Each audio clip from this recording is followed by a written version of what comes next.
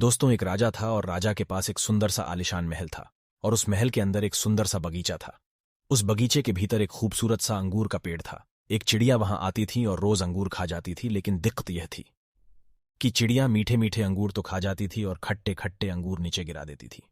यह सिलसिला काफी दिनों तक चलता रहा, लेकिन इस दृश्य को बगीचे का माली रोजाना देखता था। उसने उस चिड़िया को सबक सिखाने के काफी प्रयास भी किए, लेकिन वह हर प्रयास में विफल रहा, क्योंकि चिड़िया बहुत ही ज्यादा समझदार थी। आखिरकार चिड़िया से परेशान होकर बगीचे का माली राजा के पास गया और राजा को बोला, महामहिम, एक निवेदन है।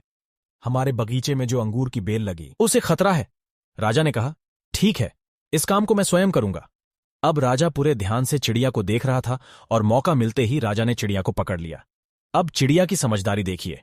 उसने राजा को कहा कि राजा साहब, मुझे छोड़ दीजिए, मैं आपको 4 ज्ञान की बातें बता सकती हूं। राजा ने बोले, ठीक है, चल बता। पहली यह कि हाथ आए, शत्रु को कभी नहीं छोड़ना चाहिए।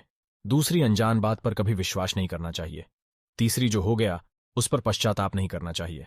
और चौथी बताने से पहले राजा को बोली कि राजा साहब, मेरा दम घुट रहा है, आप मुझे ढीला छोड़े, मैं आपको बताती हूं। और चिड़िया उड़ गई और बोली, मेरे पेट में 2 हीरे हैं। राजा को पश्चाताप होने लगा। राजा गुस्से से, हो गया?